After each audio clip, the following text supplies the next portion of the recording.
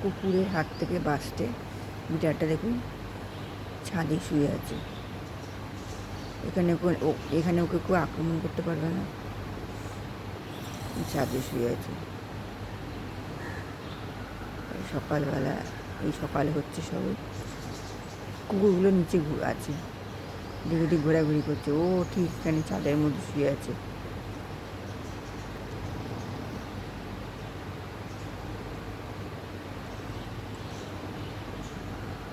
কুকুরের হাত থেকে বাঁচতে ঘুমাচ্ছে। ওই যে কুকুরগুলো ওই পাশে ঘুরছে, কিন্তু ও এখানে শুয়ে আছে।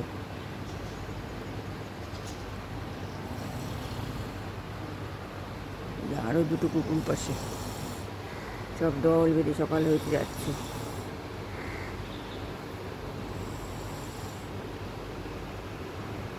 সব দল বেঁধে যাচ্ছে সকালবেলা, কিন্তু বিড়ালটা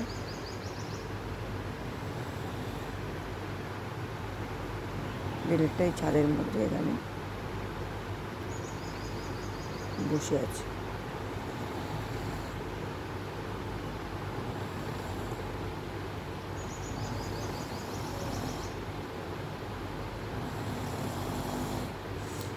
এতক্ষণ ঘুমাচ্ছিল, উঠে পড়লো।